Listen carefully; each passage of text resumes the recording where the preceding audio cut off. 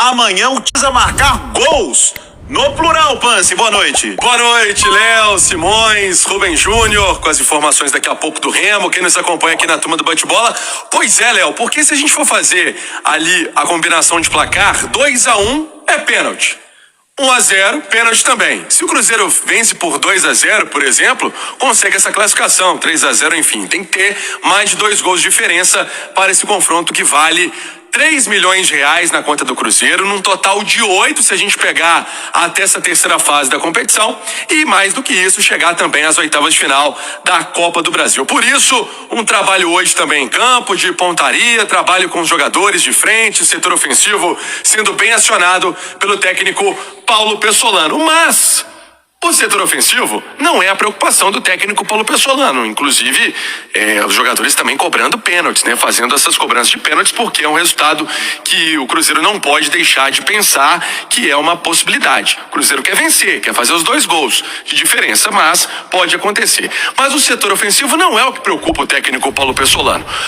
A dúvida ainda persiste nesse meio campo.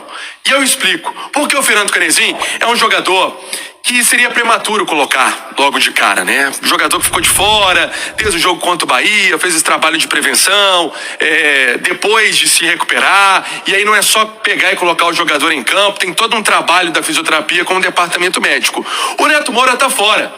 O Fernando Canezin poderia fazer muito bem essa função, você que é o nosso comentarista, Léo. Mas aí surgem outras opções, o próprio garoto Adriano, o Mitkov, o Pedro Castro, que já fez essa função também em outros clubes, de ser ali um segundo volante, são as opções do técnico Paulo Pessolano para amanhã. Ele não poderia pensar em alguém mais ofensivo, ele não teria alguém mais ofensivo, porque o Canezin seria esse cara ideal para jogar no meio campo com uma boa chegada à frente.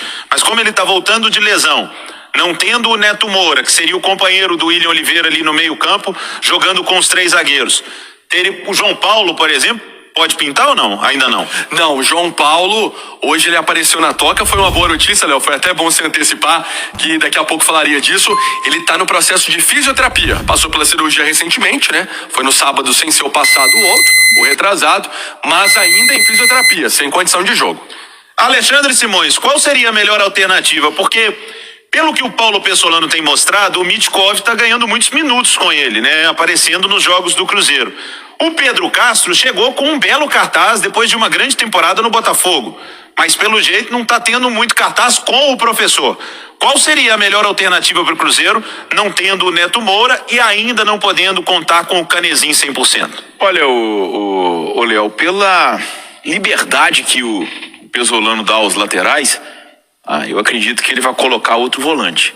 Não vai mexer muito na maneira de atuar. Se a gente for pegar a característica, talvez eu vejo o Adriano como reserva do William Oliveira, primeiro volante.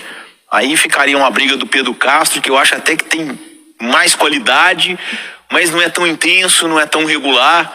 Eu acho que vai acabar sendo o Mitkov o escolhido.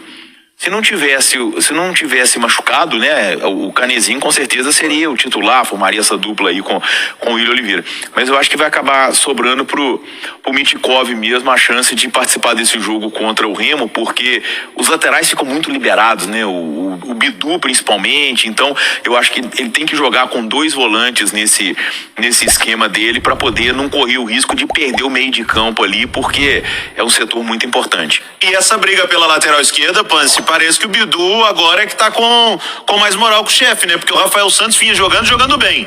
Mudou essa formação para 3 zagueiros, parece que ele tá gostando mais do Bidu ali, né? O Simões me perguntou isso no Rádio Esportes, Léo. E aí, para quem tá pegando naquela nossa famosa audiência rotativa, o Paulo Pessolano falou em fazer o simples, que tá sendo o grande diferencial do Bidu, por isso tá sendo titular. Não tá fazendo nada além do que é necessário mesmo, não tá inventando, tá fazendo ali o feijão com arroz, muito bem feito.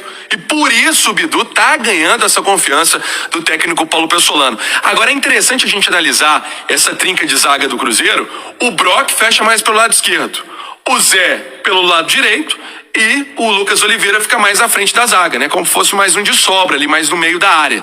Essa tá sendo a composição tática do Cruzeiro, que não vai ser mantida, que não vai ser mexida, melhor dizendo, para amanhã, o Cruzeiro mantendo os 3 zagueiros, Léo. E é bom ter os 3 zagueiros, porque no jogo de ida o Cruzeiro tomou 2 gols de bola parada, de jogo aéreo, e não pode tomar gol amanhã. Tem que buscar esses 2 gols para classificar. Como é que vem o Remo, time de Paulo Bonamigo? O Cruzeiro tá buscando a remontada. Gostou, Rubem Júnior? Boa noite. Sempre, Léo. Boa noite. Boa noite a você, para quem nos acompanha na turma do bate-bola da Itatiaia. Está em Belo Horizonte a delegação desde domingo à noite. Segunda à tarde trabalhou na Cidade do Galo, na terça também, e finalizou pela manhã no CT Lana Drummond, centro de treinamentos do Coelho, a sua preparação. Neste momento a delegação, o grupo de jogadores está concentrado no Expo Minas Center. E o técnico Paulo Bonamigo tenta, quem sabe, a recuperação na equipe, já que na Série C, por exemplo, o Remo somou apenas 7 pontos nos últimos primeiros jogos. Ele tem essa interrogação no meio, porque é um jogador importante, o Eric Flores.